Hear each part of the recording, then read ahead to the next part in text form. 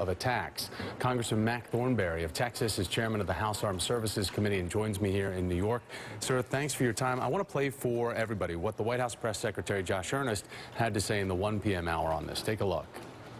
Ultimately, what the United States can do is to try to facilitate those conversations, to try to be supportive of that process.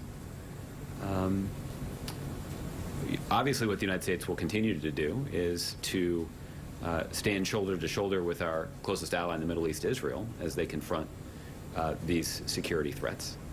But at the same time, we recognize that it is in the national security interest of both Israel and of the United States to try to resolve this conflict.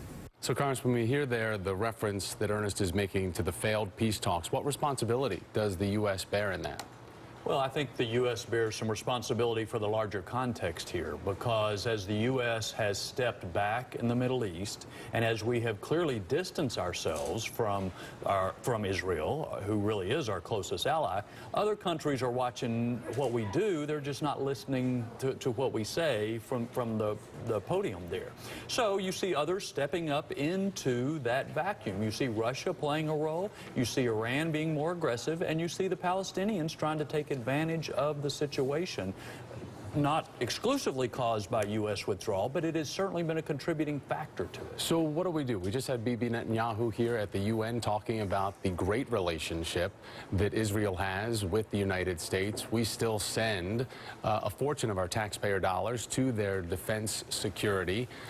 What is the next step in trying to help that region get a better grip on senseless violence that we're witnessing? Yeah, I think two things are really important now. The world needs to see the United States government able to function and step up for our own defense. So we just had last week the Senate pass a defense bill by 70 votes, big bipartisan vote. It passed the House 270 votes, and the president has threatened to veto it, not because of anything that's in the bill, but just to try to use it as leverage for other spending issues. Included in that bill is substantial money for Israel, not only missile defense, but also to help detect tunnels and other things.